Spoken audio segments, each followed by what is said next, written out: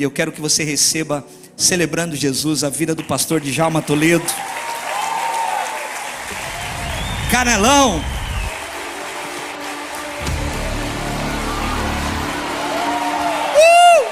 Celebre aí.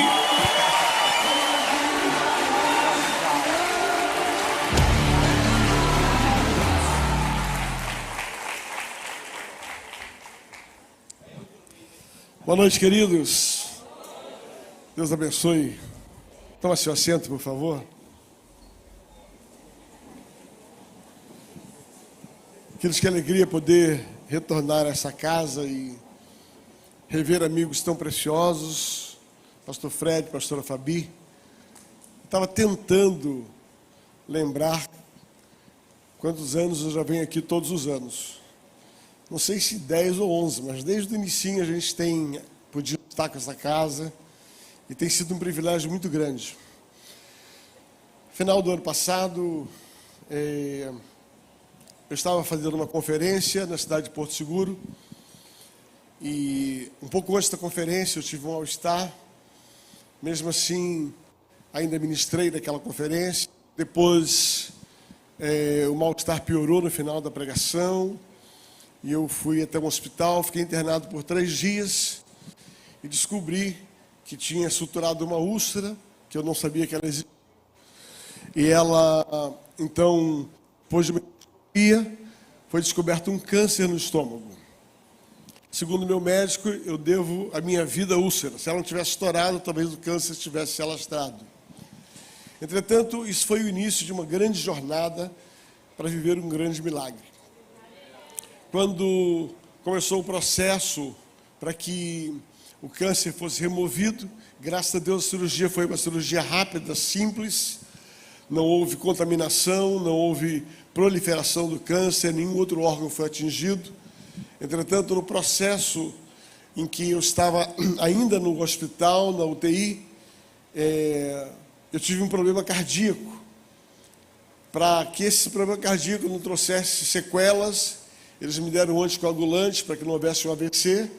Esse anticoagulante, ele fez o efeito suficiente para controlar o coração, só que ele abriu a cirurgia. Tinha sido uma cirurgia por laparoscopia, eram 3 furinhos, e por causa disso eles tiveram que abrir toda a extensão da barriga para poder sugar todo o sangue que estava ali dentro. Quando terminou de sugar o sangue, eu estava voltando para o quarto. Eu sou um renal crônico, eu só tenho um rim há 14 anos. O meu rim paralisou. Quando o meu rim paralisou, houve uma correria muito grande. Em 2 dias eu estava sendo uma máquina de hemodiálise. E à medida que o hemodiálise foi acontecendo, novamente o coração disparou. E eles tiveram que esperar interromper a hemodiálise para que eu novamente tomasse um outro anticoagulante. E logo em seguida, quando o anticoagulante foi aplicado, abriu novamente a cirurgia. Concluindo a história, foram 24 dias de UTI, 5 cirurgias, 3 intubações e 4 hemodiálises. Foram períodos muito difíceis, seguidos por 12 quimioterapias, que terminou no dia 2 do mês passado. Então, estar aqui é simplesmente um milagre.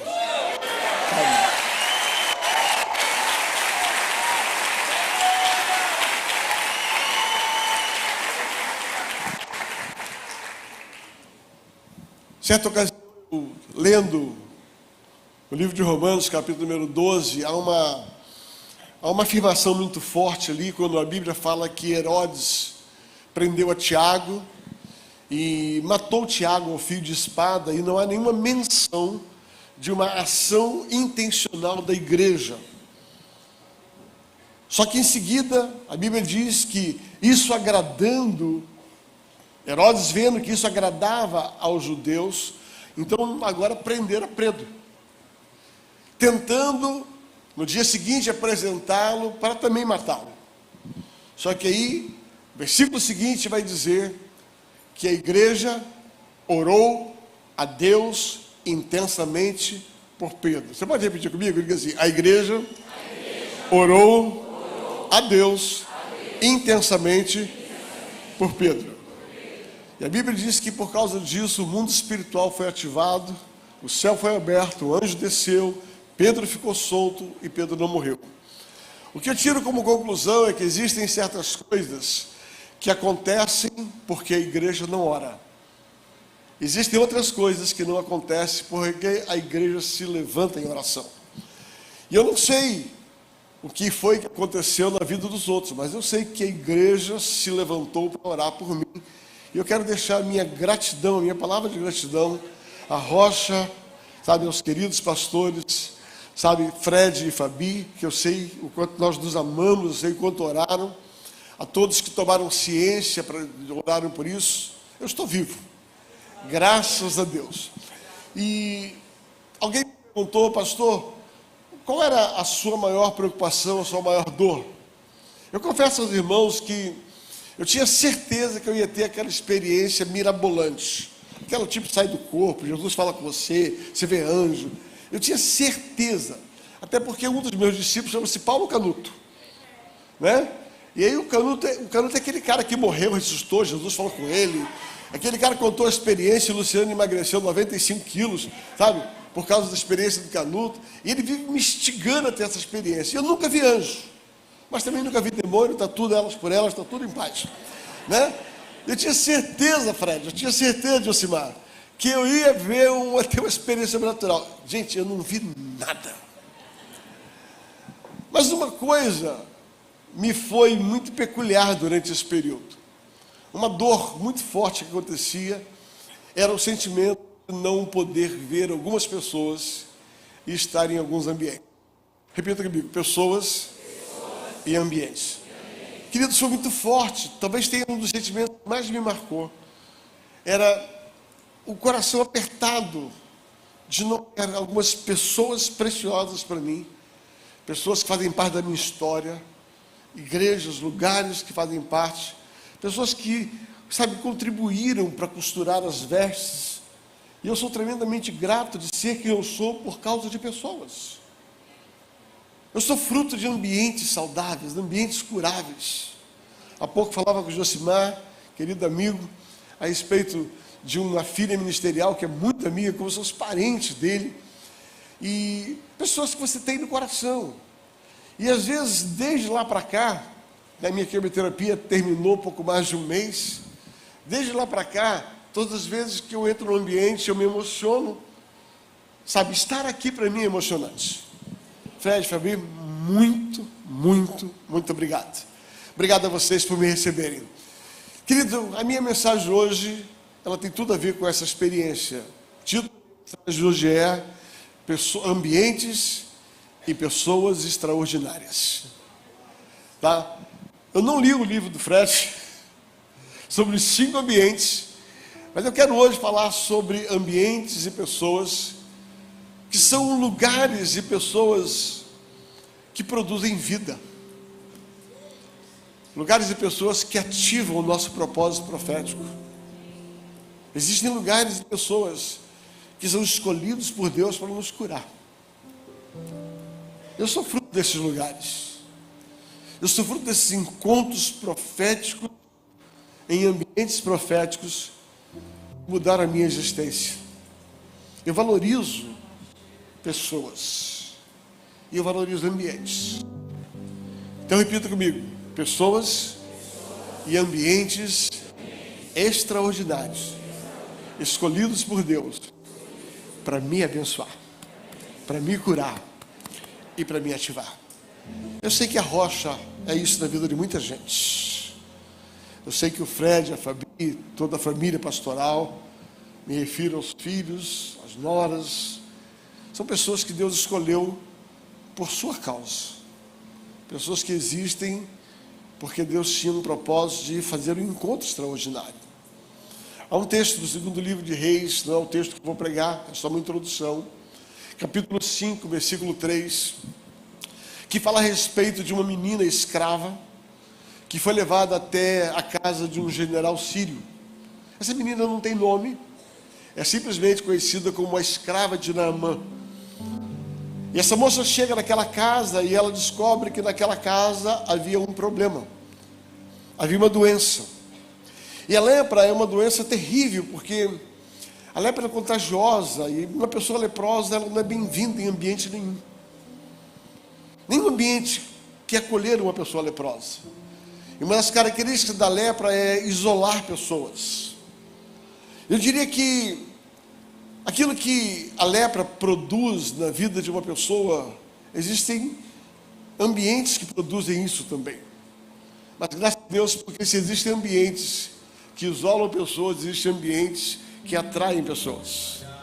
Existem ambientes que curam pessoas. E eu quero dizer para você, você está num ambiente curativo. Você está num ambiente curador, um ambiente de ativação. Um ambiente que nasceu despretensiosamente em casa, por um ato de obediência, se tornou, sabe, um ambiente que já tem ativado e curado tantas e tantas e tantas pessoas. Essa menina, ela estava na casa daquele homem, daquele general, e aquela menina descobriu que ali havia um problema, ali havia uma doença. E esse general, apesar de ser um homem tão poderoso, um homem com tantos feitos, ele tinha algo que o isolava. Ele tinha algo que não deixava que ele fosse bem quisto na sociedade. Aquele homem carregava um trauma, aquela família carregava um problema.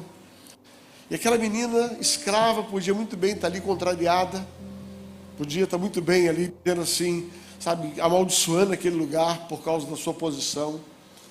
Mas essa menina decide ser uma voz para curar aquele homem. E aquela menina falou uma frase que você deve entender e serve como introdução da minha mensagem. Ela diz assim: quem dera o meu Senhor fosse a Samaria. Fala comigo, Samaria.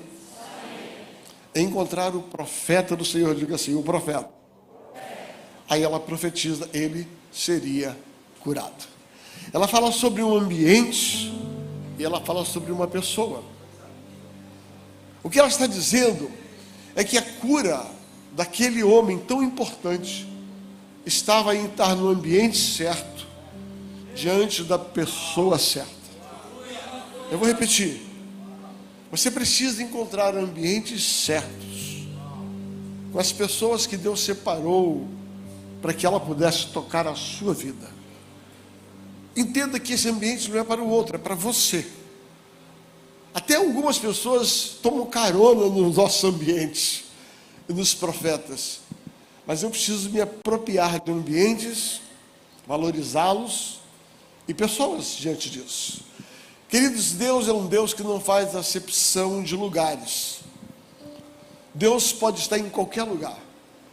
Deus pode falar com você no banheiro, Deus pode falar com você dirigindo o carro, Deus pode falar com você na rua, na praia, no campo, na fazenda. Deus pode falar com você na sua cama, Deus pode falar em qualquer lugar, porque Ele é onipresente. Ele está presente em qualquer lugar. Mas ouça, Deus escolhe alguns ambientes para me curar. Deus escolhe alguns ambientes para me ativar. Aquele homem, possivelmente com os recursos que tinha, com a fama que tinha, ele já deveria ter ido a alguns outros lugares, entretanto não havia alcançado, porque ele não estava no lugar certo. Ela disse, ele tem que estar em Samaria. Se ele fosse para Jerusalém, ele ia encontrar uma mega estrutura em Jerusalém. Mas não era Jerusalém que tinha lugar para curá-lo. Ela disse, ele tem que estar em Samaria. Existiam muitos profetas na ocasião de Eliseu. Mas aquela menina apontou, ele tem que estar diante do profeta Eliseu. Agora ouça o que eu vou dizer para você. E eu queria que você guardasse bem isso. Não adianta você estar no lugar certo, diante da pessoa certa, se a tua motivação estiver equivocada. Eu vou repetir, não adianta Deus te apontar no lugar certo, te apresentar a pessoa certa, se você não se abrir para ser tocado pelo ambiente e pela pessoa. Então, queridos, quando Deus te introduzir a determinados ambientes diante de algumas pessoas, se abra para receber o que aquele ambiente tem, o que aquele ambiente carrega e o que aquela pessoa representa. Aquele general chegou no lugar certo, diante da pessoa certa, mas ele chegou com a prepotência, com a motivação ou com a sua desmotivação. E Ele queria que a cura viesse do jeito dele. E nem sempre Deus vai nos tocar do nosso jeito, Deus vai tocar do jeito que Ele quer. Ele vai usar quem Ele quer. E uma das grandes maldições da nossa geração é a desgraça de querer escolher o vaso para tocar a sua vida. Tem muita gente buscando ser tocado por alguém famoso, por alguém na internet, e às vezes Deus escolheu alguém que está do teu lado para te tocar. E você não recebeu a cura porque você decide escolher a forma e a pessoa, o lugar e a pessoa. Então a minha mensagem nessa noite é: abra-se para os ambientes e para as pessoas extraordinárias. A palavra extraordinário é uma composição de duas palavras. A palavra ordinário, acrescentada de 5 letras extras. A palavra extraordinário significa transformar algo comum, algo ordinário, porque a palavra ordinário não é a palavra sem vergonha, a palavra vagabunda, a palavra sem valor. Significa a palavra comum. Essa é a palavra ordinário. A palavra ordinário é a palavra comum, que agora recebeu um plus, recebeu um extra.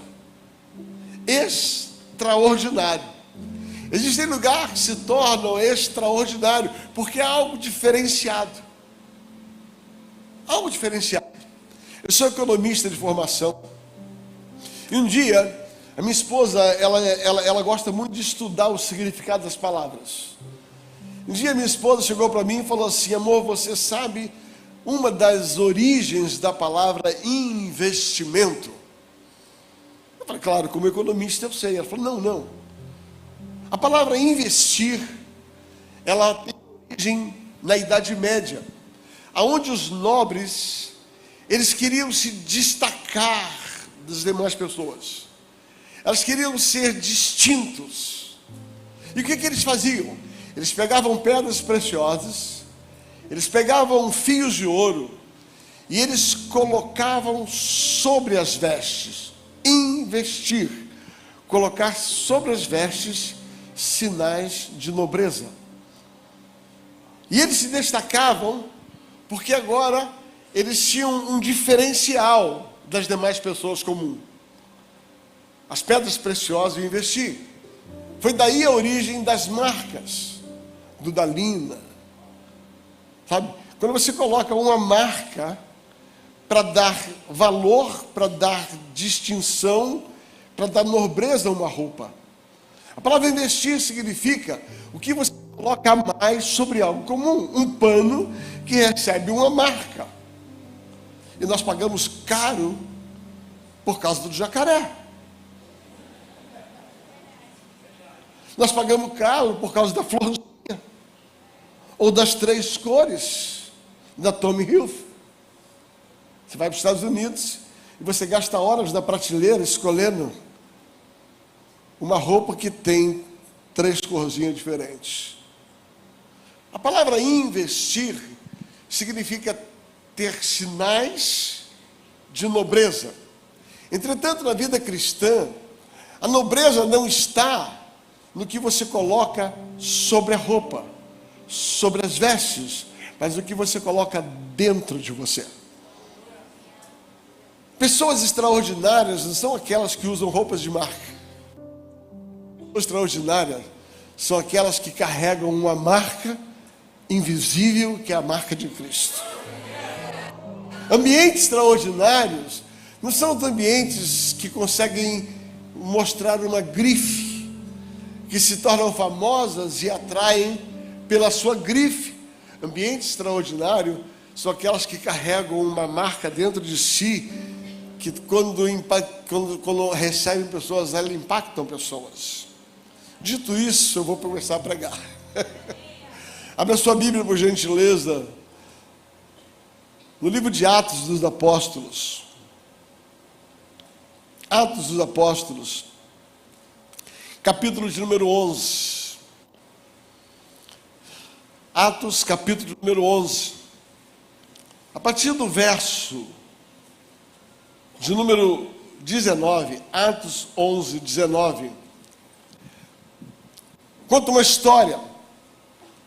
Enquanto isso, os discípulos, a partir do verso 19, vou ler na versão NVT, você pode acompanhar na versão que você tiver. Quanto os discípulos que haviam sido dispersos na perseguição depois da morte de Estevão, chegaram até Fenícia, Chipre, Antioquia e Síria, pregando a palavra, mas somente aos judeus. Contudo, alguns dos discípulos que foram de Chipre e Cirene até Antioquia, começaram a anunciar aos gentios as boas novas a respeito do Senhor Jesus. Preste atenção, a mão do Senhor estava com eles. Resultado, e muitos desses gentios creram e se converteram ao Senhor. Quando a igreja de Jerusalém soube o que havia acontecido, enviou a Barnabé a Antioquia. Ao chegar ali, preste atenção, ao chegar ali, em Antioquia, e ver esta demonstração da graça de Deus, alegrou-se muito e incentivou os irmãos a permanecerem fiéis ao Senhor. Barnabé era um homem bom, cheio do Espírito Santo e de fé. E uma grande multidão se converteu ao Senhor. Então Barnabé foi a Tarso procurar Saulo. Quando o encontrou, levou-o para Antioquia. E ali permaneceram com a igreja um ano inteiro, ensinando a muitas pessoas. Foi em Antioquia que os discípulos foram chamados de cristãos pela primeira vez. Até aí. Pai, obrigado por essa palavra. Fala conosco, Deus. Ensina-nos a valorizar ambientes e pessoas extraordinárias que o Senhor, Deus, escolhe para tocar a nossa vida, para curar as nossas enfermidades, para curar as nossas lutas e dificuldades, para curar as nossas decepções. Ambientes curativos e pessoas escolhidas pelo Senhor. Que nesta noite o Senhor possa trazer clareza sobre isso, em nome de Jesus. Queridos, esse texto é um texto muito interessante. Você sabe, Atos capítulo 9, Saulo está andando na estrada de Damasco, e ele, na sua inocência, na sua ignorância, ele estava caçando aqueles que eram chamados de cristão, aqueles que eram chamados de o caminho. E ele então tinha uma carta com autorização de prender e até matar alguns que andavam no caminho. E nessa sua luta, ali, Atos capítulo 9, de repente ele tem um encontro com uma luz. Essa luz o encontra, o derruba da sua estrutura, derruba da sua montaria, derruba da sua soberba, joga ele no chão. E quando ele é lançado no chão, ele fica cego e ele faz duas perguntas. A primeira pergunta que ele faz é: quem és tu? Uma voz grita: Saulo, Saulo, por que me persegues? E ele então, diante daquele momento, ele faz uma pergunta: quem és tu? Eu queria que você tivesse o trabalho, se alguém puder acionar o cronômetro do celular, pode acionar. Você está autorizado a usar o cronômetro do seu celular agora. Eu vou contar de 1 até 3 e você vai me dizer quantos segundos. Aqui, qual é o seu nome? Henrique. Tá? Quando eu disser já, você ativa o cronômetro, ok? Saulo pergunta: Senhor, quem és tu? 1, 2, 3. Eu sou o Cristo a quem tu persegue. Fecha. Quantos segundos levou? 4 segundos. Quantos segundos Jesus levou para responder a pergunta de Saulo? 4 segundos. Eu sou o Cristo a quem tu persegue. Ele tem uma segunda pergunta: Senhor, o que queres que eu te faça? Essa é a segunda pergunta. De novo, 0 cronômetro. E antes de você acionar o cronômetro, eu vou contar uma breve história. Jesus responde a primeira pergunta na estrada de Damasco. Mas a segunda pergunta ele não responde. A segunda pergunta ele deixa ele no vácuo. E ele diz assim: vai até a cidade de Damasco e lá eu vou levantar alguém para responder essa pergunta para você.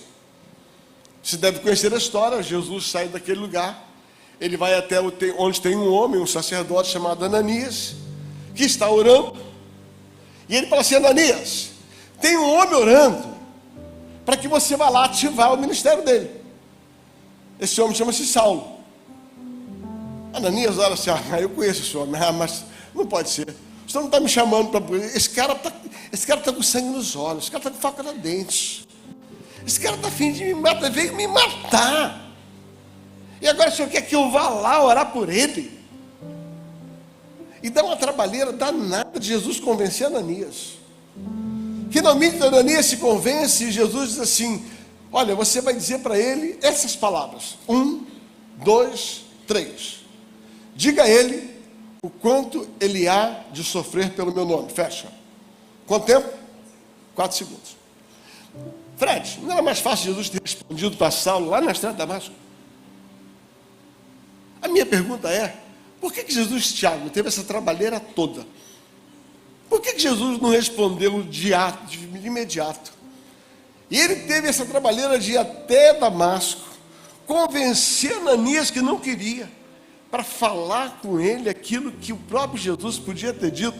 Eu perguntei ao Senhor, por que o senhor tem esse trabalho todo? Ele falou: sabe por quê? Porque tem certas coisas que eu falo diretamente com alguém, tem outras que eu só vou falar com ele através de outro alguém. Eu vou repetir, presta atenção.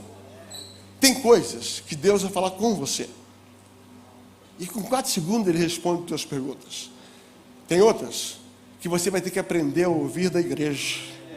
Tem outras que você vai ter que descobrir em ambientes. Tem outras que você vai ter que se humilhar para ouvir através da boca de alguém. Então para com essa pachorra, com essa soberba de eu só ouço Deus. Tem coisas que se você não quiser ouvir, pessoas que ele escolheu, ele não vai falar com você. Porque Deus vai escolher ambientes e Deus vai escolher pessoas para te dar respostas. E aí você deve conhecer o resto da história. Atos capítulo 9.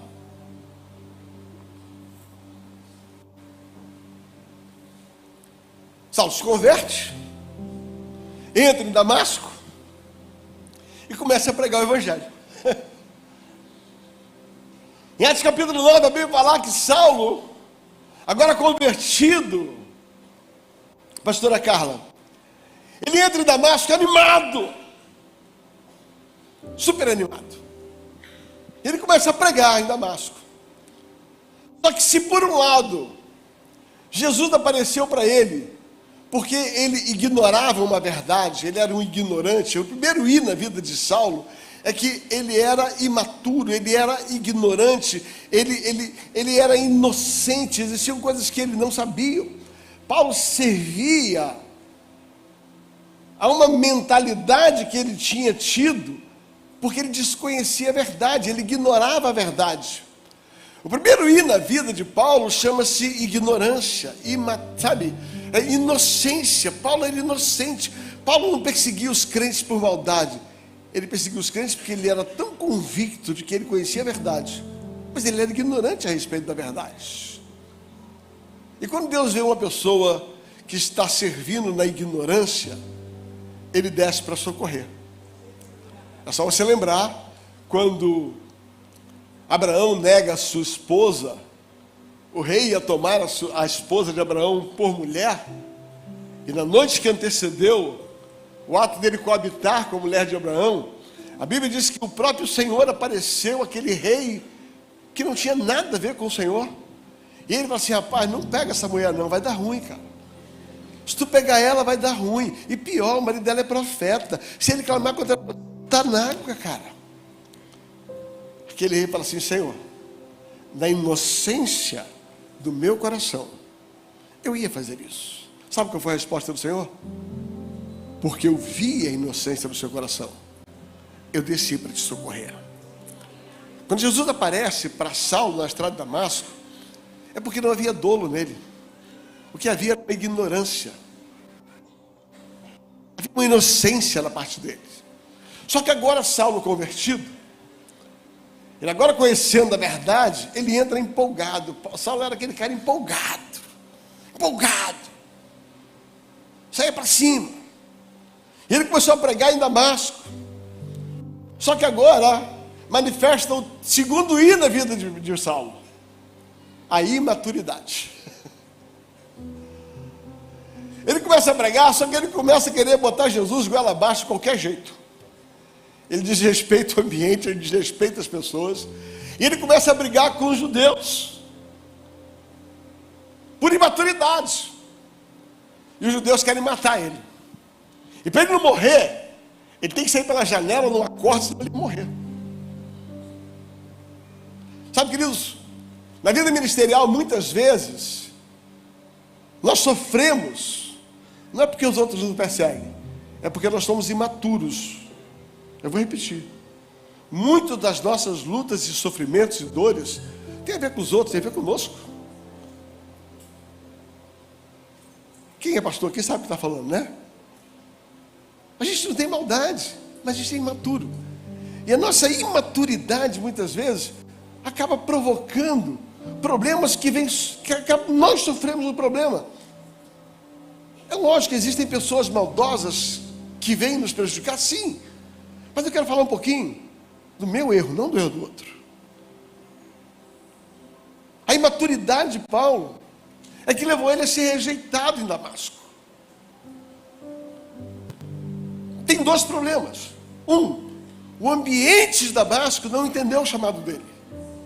Segundo, as pessoas em Damasco não entenderam o chamado dele. Terceiro, ele não soube lidar no ambiente nem com as pessoas.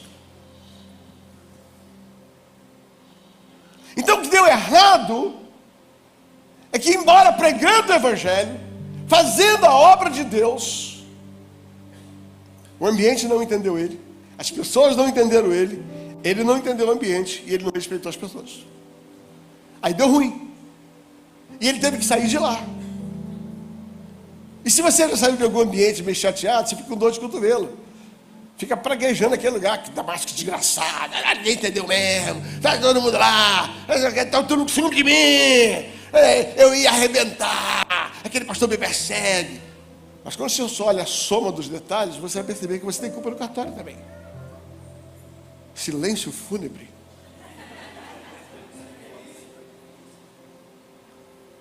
Aí ele vai para Jerusalém. Ele chega em Jerusalém, falou assim: já que não me receberam na filial, eu vou para a sede. Tentou crescer lá na Rocha Alphaville, deu errado, Tiago. Foi rejeitado. Vamos para Bertioga. Lá vai me aceitar, igrejão, pastor. Aí chega em Jerusalém.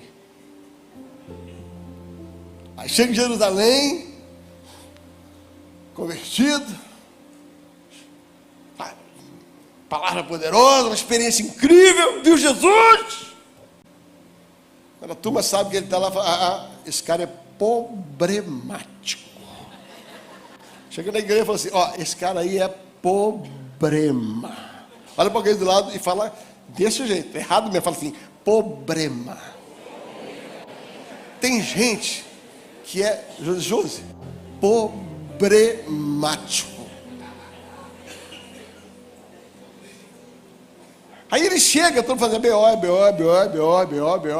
não quero não, Pedro fala não, outro fala não. Aí graças a Deus tem lá o Barnabézão, né, pai de todo mundo, não, fala, deixa com o Becker, vem cá, larga, perdeu uma carteirada, falou, não, eu cuido dele, não, pode chamar, e Barnabé tinha moral, deixaram Saulo pregar em Jerusalém. Depois de tudo isso em Atos capítulo 9. Aí Saulo vai lá e começa a pregar em Jerusalém. Se antes da estrada de Damasco, Saulo tinha um problema da inocência, da ignorância, primeiro I, em Damasco, o que ele teve foi imaturidade. Quando chega em Jerusalém, agora ele vive o terceiro I dele, a imprudência. Ele começa a discutir com os gregos. Meu Deus, se não bastasse brigar dentro de casa, começa a brigar fora de casa. Afrontou o PCC. Não queria morrer. Era a oposição. E ele começou a brigar com os gregos. Quando ele começa a brigar com os gregos, uma alta imprudência. Mais uma vez, Mais uma vez, ele não leu o ambiente. Mais uma vez, ele não respeitou as pessoas. Mais uma vez, o ambiente não leu ele. Mais uma vez, o ambiente não reconheceu o que ele carregava. E essa soma de não estar no ambiente certo, não ler o ambiente, não se abrir para o ambiente e não respeitar o que acontece naquele lugar, mais uma vez, pela terceira vez agora, lá vai Saulo tomar na cabeça. O pessoal de Jerusalém fala assim: manda ele para a casa da mamãe. Está escrito, pode pegar a tua Bíblia aí. A Bíblia diz que eles pegaram ele, botaram no navio e mandaram para Tarso. Tarso é onde a mãe dele morava. Falou assim: esse menino tem que ir para casa, manda ele para casa, vai para casinha, vai. Está dando muito berro aqui, não dá não. Não dá não.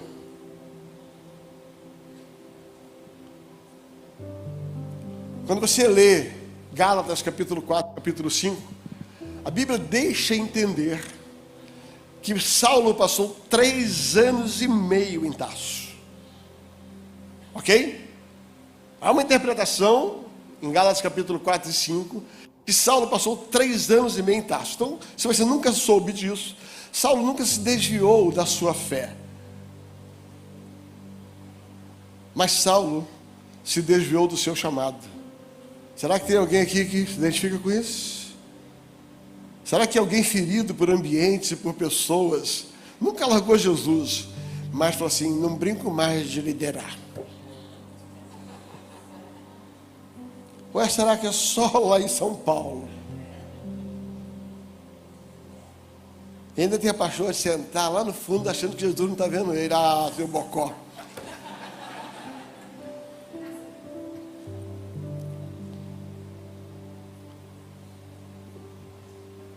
Quando eu estava perto de passar por essa experiência, eu fui para um lugar, me lembro. Eu estava meio azedo com a situação. Eu fui numa conferência. Eu sentei na galeria, no último banco, lá em cima, uma igreja de umas 2.000 e poucas pessoas. Impossível o pregador me ver, como eu não estou vendo lá nada lá. E o cara falou assim: você aí que estudou no seminário batista não sei aonde, que faz não sei o quê, que é casado com não sei quem, só não falou meu nome. Eu falei: pode ser outro, vou ficar quietinho aqui. Sabe o que o pregador falou? Você, o esposo do lado dele, chama ele, porque ele sabe, quando ele falou assim mesmo: quando você falar, ele vem. Vem aqui à frente. E minha mulher lá do lado falou: desce.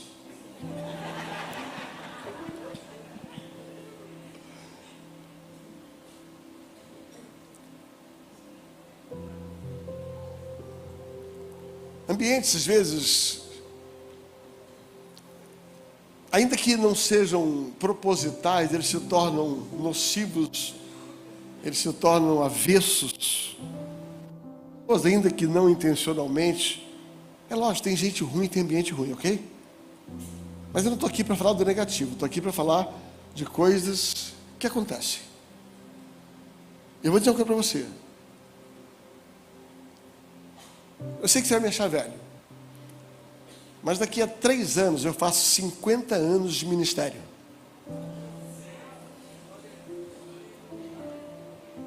Meu primeiro congresso que eu organizei de adolescentes, eu tinha 17 anos.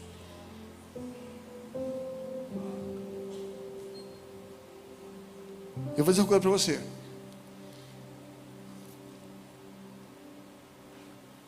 Não tem só um errado, não. Enquanto você ficar culpando os outros, é muito fácil você ficar querer se esconder do teu erro, apontando o erro da igreja, apontando o erro do pastor, apontando o erro do ambiente. Mesmo que isso aconteça, você só recuou porque você quis. Porque as pessoas podem tocar no teu corpo, as pessoas podem tocar no teu dinheiro, as pessoas podem tocar no teu carro, mas nas tuas emoções e na tua vocação só toca quem você deixa. Você não repetiu, eu vou repetir. Ambientes e pessoas, elas podem tocar naquilo que é externo, mas naquilo que está aqui dentro, sou eu que dou legalidade para as pessoas tocarem.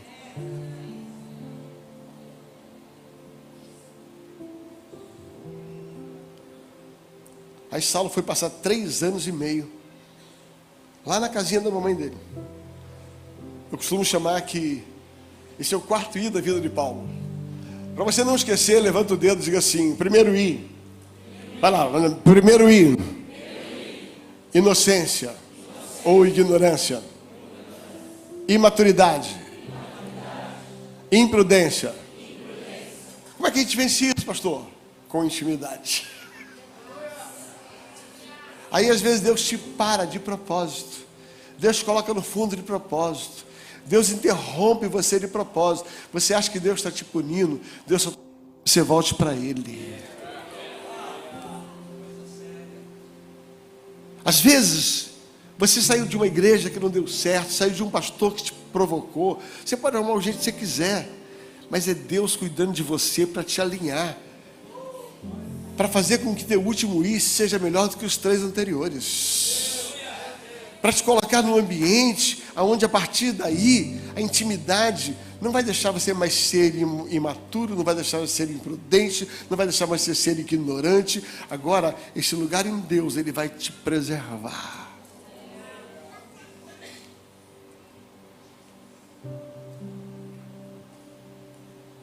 Se a minha interpretação estiver correta de Gálatas, 3 anos e meio, Saulo está no fundo da casa da mãe dele, em Damasco. Porque assim termina o capítulo 9 de Atos. Agora, sai de Atos capítulo 9 e entra no texto que nós lemos. Atos capítulo 11. A morte de Estevão provocou uma dispersão. Muita gente saiu pregando o evangelho. E começaram a pregar o evangelho para os gentios numa cidade chamada Antioquia. E a Bíblia diz que a mão de Deus era com eles. E aí aquela notícia chegou, lá na capital, lá em Betioga, lá na sede. Está acontecendo um avivamento, lá no Mafuá, não sei de onde. Aí a sede falou, tem que mandar alguém para investigar. Vamos mandar alguém para investigar o que está acontecendo lá. Vamos ver se não tem heresia desse avivamento lá. Estão lá falando o nome da rocha lá, olha lá. Fundaram a rocha lá, nem falaram com a gente. Não é isso aí que está acontecendo, estou falando sério. Em Antioquia fundaram uma outra rocha que não tinha nada a ver com aqui, mas tinha a ver, mas não foi medo. Faz uma comissão, vamos chamar alguém. Vamos pegar alguém. Aí faz uma roda. Deus chama todos os apóstolos, fala assim, alguém tem que ir lá. Agora quem mandar? Alguém falou assim, manda Pedro. Agora eu estou usando a livre interpretação, usando a minha imaginação santificada. Não está escrito, mas pode ser que seja. É a minha heresia pessoal. Manda Pedro. Alguém falou, rapaz, se Pedro falar, ele é barraqueiro, vai funcionar não. Aí alguém falou, então manda João. Eu falei, é frouxo demais, chega lá, vai passar a mão na cabeça de todo mundo. É amor daqui, amor dali. Não funciona. Alguém grita, manda Tomé. Esse é incrédulo. Até que alguém diz assim, ressuscita Judas. Não, deixa entrar em todo lugar. Não, o que acontece? Onde eu quero chegar? Eu não sei quais foram as tentativas antes. Mas alguém falou assim, aqui tem um cara confiável. Aqui tem alguém extraordinário. Aqui tem alguém confiável. Pode mandar Barnabé. Pessoas extraordinárias. Pessoas extraordinárias. Barnabé era um homem confiável. A Bíblia diz que ele era bom, cheio de Espírito Santo e de fé. Um homem bom, cheio do Espírito Santo e de fé. E a Bíblia diz que ele chegou no ambiente e ele viu a demonstração da graça de Deus no ambiente. Gente, uma pessoa boa tem olhos bons. Uma pessoa confiável, ela vai mandar, e a pessoa confiável, ela vai enxergar coisas boas em lugares complicados. Ele chega lá e ele vê a demonstração da graça. Ele não vê o problema, ele vê que existe possibilidade. E quando ele percebe, eu estou concluindo a minha mensagem. Quando ele percebe que aquele ambiente era curativo, que aquele ambiente era extraordinário, que aquele ambiente tinha algo diferente, ele se lembra, sim, Damasco não era ambiente para Saulo. Jerusalém não era ambiente para Saulo. E a Bíblia diz que depois que ele viu a demonstração da graça de Deus em Antioquia, ele saiu, foi até Tarso, porque existem ambientes curativos com pessoas extraordinárias. Sabe como é que termina essa história? A Bíblia diz que Saulo chega nesse lugar. Em um ano, fala comigo, um ano. Fala assim, um ano. Ouça, querido, o teu tempo de intimidade pode estar longo, pode ser 3 anos e meio, mas quando você voltar ao ministério, você vai fazer em menos tempo aquilo que você deixou de fazer por muito tempo. Saulo passou 3 anos e meio buscando intimidade, para depois com um ano, somente um ano, ativado no ministério, somente um ano. Eu profetizo que aqui tem pessoas que já gastaram anos e anos na vida ministerial, não produziram nada, mas eu quero dizer que esse ano é o ano onde você vai produzir muita coisa. Sabe por quê? Porque você está num ambiente curativo, ativador.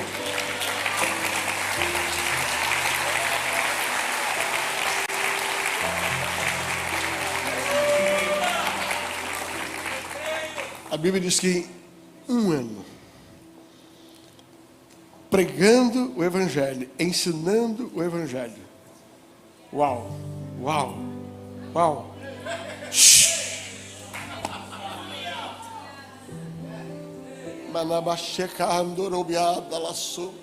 Gente, Deus está falando que há uma noite de ativação nesse lugar.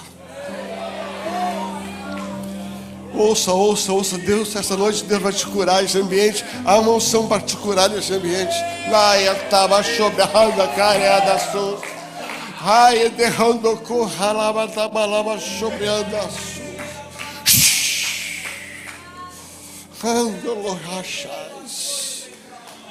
Hoje Deus está dizendo assim, ainda que você não tenha sido aceito nos ambientes anteriores, Deus está te trazendo para o ambiente para te curar.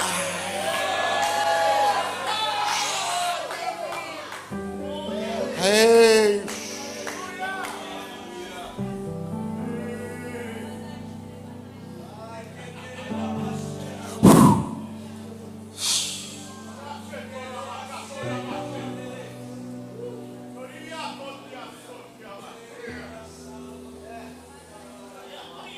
Queridos, há uma unção de cura nesse lugar. Há uma unção de ativação nesse lugar. Hoje Deus vai te libertar. Deus vai te tirar as bengalas. Chega de culpar pessoas e ambientes. Dai, toreando, poxa, caia na maçã. Dai, nomeando raio, cochante, não, manasse a casa.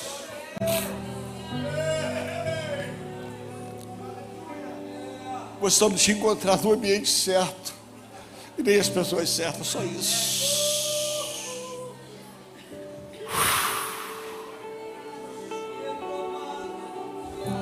O texto termina dizendo que em um ano,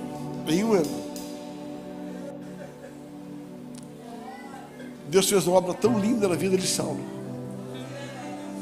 Deus fez uma obra tão linda na vida dele, que pela primeira vez na história do Evangelho, as pessoas disseram, finalmente, apareceu alguém que se parece com Cristo.